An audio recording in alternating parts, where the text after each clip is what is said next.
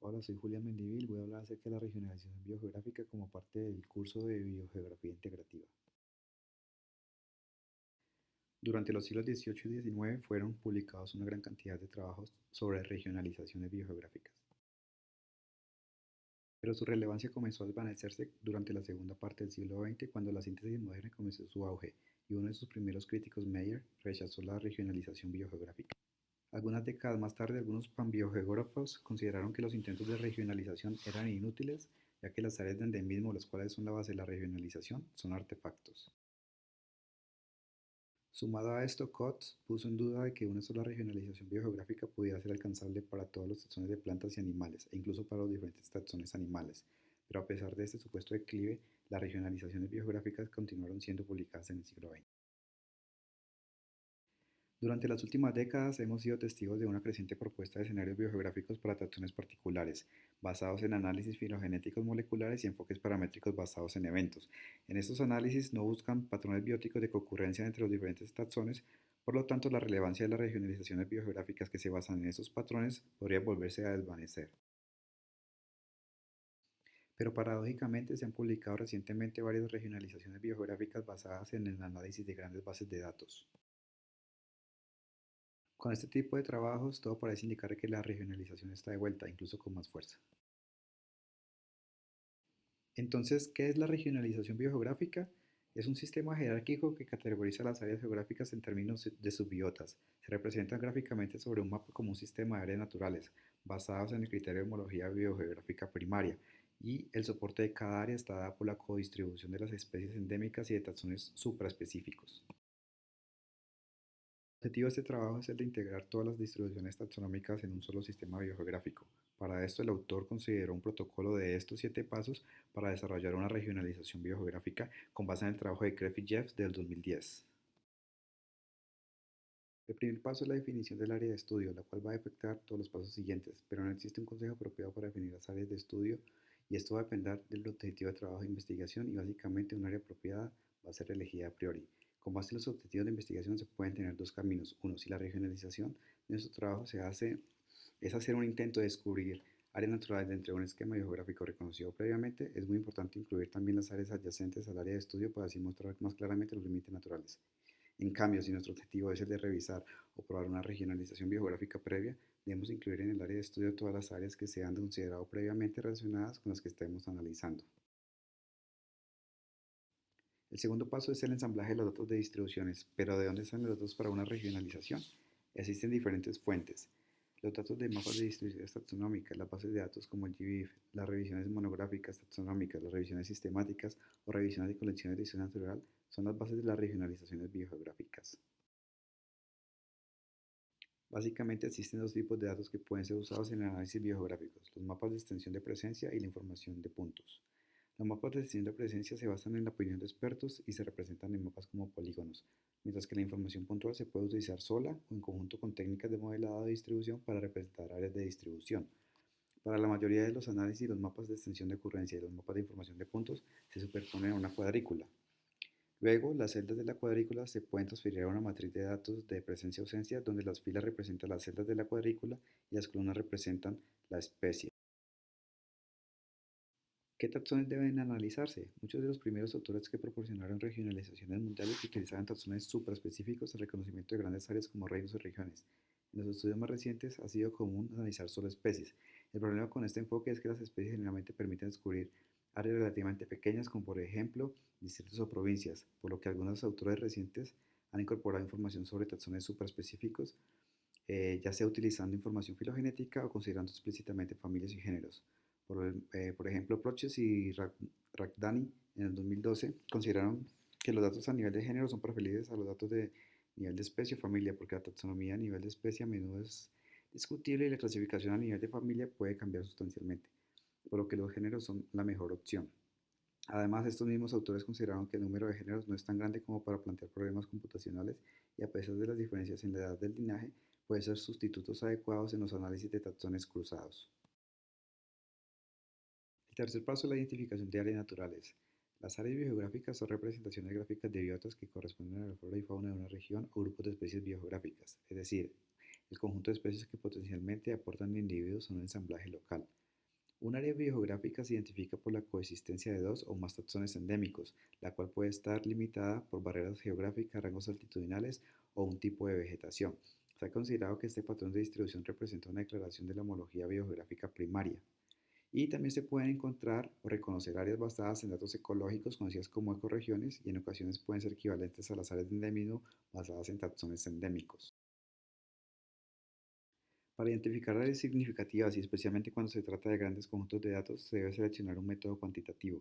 Como vimos en clase, existen una variedad de procedimientos alternativos. Entre los más comunes se encuentran análisis clúster y técnicas multivariadas, análisis de parsimonia de endemicidad, interpolación geográfica y análisis de redes. El análisis clúster y las técnicas multivariadas son métodos que utilizan índices de similitud y técnicas de agrupación y se encuentra entre los primeros métodos cuantitativos propuestos para delimitar regiones biogeográficas. Rueda y colaboradores en el 2013 propusieron una variación basada en el concepto de propagación por afinidad adaptativa que permite calcular el número óptimo de clústeres en lugar de elegirlo arbitrariamente. Pero al igual que los análisis sistemáticos, los autores deben ser conscientes de que la similitud no implica necesariamente naturalidad, por lo que las áreas identificadas con estos métodos pueden no representar áreas naturales. El análisis de parsimonia y endemicidad es un método que construye cladogramas basados en el análisis de parsimonia de matrices de presencia o ausencia de especies y taxones superespecíficos. A diferencia de otros métodos, el PAE identifica claramente áreas sanidad de endemismo, lo que es útil cuando se trata de proponer una regionalización jerárquica. Además, con este método es posible recuperar zonas de transición. Análisis de endemicidad es un método numérico no jerárquico el cual evalúa las áreas putativas de endemismo utilizando un criterio de optimalidad desarrollado explícitamente para los análisis de endemicidad. Los puntajes de endemicidad se otorgan a las áreas y los puntajes más altos indican una evidencia más sólida de que las áreas realmente representan áreas de endemismo. El método de interpolación geográfica estima la superposición entre las distribuciones de especies a través de una interpolación de centroides de las distribuciones y áreas de influencia definidas a partir de las distancias entre el centroide y el punto más alejado de ocurrencia de cada especie. El método de análisis de redes abstrae los datos de distribución de especies como redes, incorporando relaciones complejas de presencia y ausencia en lugar de medidas de similitud. En las redes de ocurrencia, las regiones aparecen como grupos de localidades altamente interconectadas. Pero entonces aquí viene un problema. ¿Cuál es el mejor método? Pues realmente no existe un consenso sobre cuál podría ser la más adecuada. En algunos casos, los análisis empíricos han demostrado que la combinación de dos de esos métodos podría ser la mejor estrategia. El cuarto paso es el descubrimiento de las relaciones de las áreas. Como ya sabemos, la regionalización biogeográfica tiene una estructura jerárquica en la cual las áreas pequeñas se encuentran anidadas dentro de las más grandes. Las relaciones de área implícitas en esta jerarquía representan una historia biótica compartida, donde los taxones monofiléticos son la evidencia que apoya las relaciones bióticas y permiten probar las regionalizaciones biogeográficas, es decir, la homología biogeográfica secundaria. Para proveer esas jerarquías se han propuesto diferentes estrategias, entre ellas está la exploración del uso de límites fuertes y débiles y considera la incorporación de relaciones filogenéticas. El quinto paso es la definición de los límites y las zonas de transición. Pero definir esto no es una tarea sencilla. Normalmente diferentes taxas muestran diferentes límites, haciendo que sea imposible dibujar una sola línea. En lugar de eso se genera una zona de superposición que se llamará zona de transición. Esas zonas de transición generalmente se dan entre reinos y regiones, aunque su reconocimiento en niveles jerárquicos más bajos ha sido sugerido ocasionalmente por algunos autores. El sexto paso es la regionalización. Las categorías más frecuentemente utilizadas son reino, región, dominio, provincia y distrito. No existe un procedimiento para decidir qué categoría debe ser asignada a un área dada, pero algunos autores han seguido diferentes estrategias. Wallace en 1894 dijo que las regiones pueden ser identificadas como una rica variedad de taxones peculiares y esos taxones no se encuentran enteramente en otras regiones. Handrich en 1913 caracterizó las regiones con base en el porcentaje de especies endémicas. Udvardy en 1975 consideró que los reinos podían ser reconocidos por áreas de tamaño continental o subcontinental con características geográficas compartidas. Dagdahan en 1986 sugirió que los reinos podían ser basados sobre familias, subfamilias y tribus endémicas, las regiones con base en géneros endémicos y las provincias con base en las especies. Brick y Bowen en 2012 consideraron que las provincias deberían poseer al menos un 10% de las especies endémicas, y Prouches y Darnay en el 2012 trataron los clústeres basados en diferentes taxones que eran consistentemente congruentes como regiones y los que estaban mal definidos para al menos uno de los taxones analizados como subregiones de la región que representaban el clúster más similar a ellos en todos los análisis. El séptimo paso es la nomenclatura del área. Existe una convención nomenclatural llamada Código Internacional de Nomenclatura del Área, ICANN en inglés. El ICANN proporciona un sistema de nombres universal para estandarizar los nombres de áreas utilizados en biogeografía y otras disciplinas, donde los nombres se agrupan bajo nombres de áreas más inclusivos para representar una jerarquía biogeográfica: reinos, regiones, dominios, provincias y distritos. La noción de prioridad se aplica para utilizar los nombres disponibles más antiguos en lugar de los nombres más nuevos.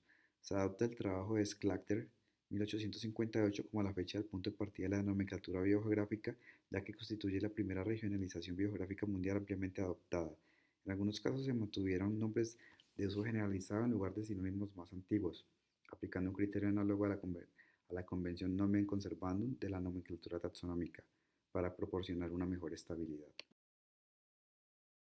Como conclusiones del trabajo tenemos que las unidades biogeográficas son útiles para personas que realizan diferentes tipos de análisis biogeográficos o para comunicar los resultados de una investigación a otras personas. El reconocimiento de áreas de endemismo en una regionalización biogeográfica puede ser el punto de partida de un atlas biogeográfico que puede documentar eficientemente patrones de diversidad en biogeografía de conservación.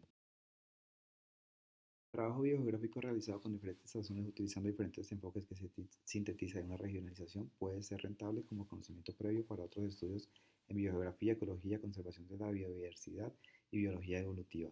Las áreas biogeográficas naturales pueden coincidir con las ecorregiones en función de criterios climáticos, geológicos y bióticos, lo que permite sintetizar información biótica y bioética de manera eficiente y proporciona vínculos entre la biogeografía evolutiva y ecológica.